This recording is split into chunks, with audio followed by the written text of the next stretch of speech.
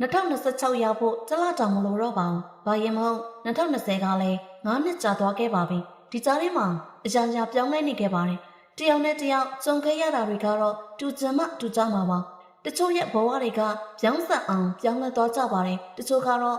တဖြည်းဖြည်းချင်းပြောင်းလဲနေမှာပါ။တချို့ကတော့ဘယ်တော့မှမဆုံးရှုံးနိုင်ဘူးလို့ထင်ရတဲ့လူတွေကိုဆုံးရှုံးခဲ့ရတယ်။တချို့ကတော့ထာဝရတည်မြဲမယ်လို့ထင်ခဲ့တဲ့အရာတွေကိုလက်လွတ်ခဲ့ရတယ်။တချို့ကလည်းဘယ်တော့မှအပြည့်မရနိုင်တဲ့မိကုန်းတွေနဲ့နေတက်အောင်တင်ယူနေခဲ့ရတယ်။အချိန်တွေကတော့ရက်မနေခဲ့ပါဘူး။ကျိုးတွေအဆင်ပြေရလားဆိုပြီးသူကလိုက်မမေးနေခဲ့ပါဘူး။အချိန်ကရှေ့ကိုဆက်သွားနေတော့မှပဲ။ကျိုးတွေကလည်းနောက်ကနေလိုက်နေရတော့မှပဲ။ဒီအတော်အတွင်းတချို့အရာတွေကကျိုးတွေကိုရိုက်ချိုးခဲ့တယ်။တချို့အရာတွေကတော့ကျိုးတွေကိုပြန်တိဆောက်ပေးခဲ့တယ်။ကြုံခဲ့ရတဲ့ကိစ္စအားလုံးကကျိုးတွေရဲ့ပုံစံကိုဖော်ဆောင်ပေးခဲ့တာတော့သိကြပါတယ်။ဒီပြုံလေးကိုကြည့်နေတဲ့အချိန်မှာတိအနေနဲ့ယုံကြည်ချက်နည်းနေတဲ့အချိန်လည်းဖြစ်နေနိုင်ပါတယ်။အနိုင်ဆုံးရောက်နေတဲ့အချိန်လည်းဖြစ်နေနိုင်ပါတယ်။ဒါပေမဲ့အသင်ကရှိနေတော့မှာပဲ။အသက်ရှင်နေတော့မှာပဲ။စူးစမ်းဖို့အခွင့်အရေးရှိနေတော့မှာပဲ။ခက်ခဲတဲ့ကိစ္စတွေဖြစ်ပြီးတဲ့နောက်မှာလည်းသင်ကပြက်ကွယ်မသွားသေးပါဘူး။ဒါဆိုရင်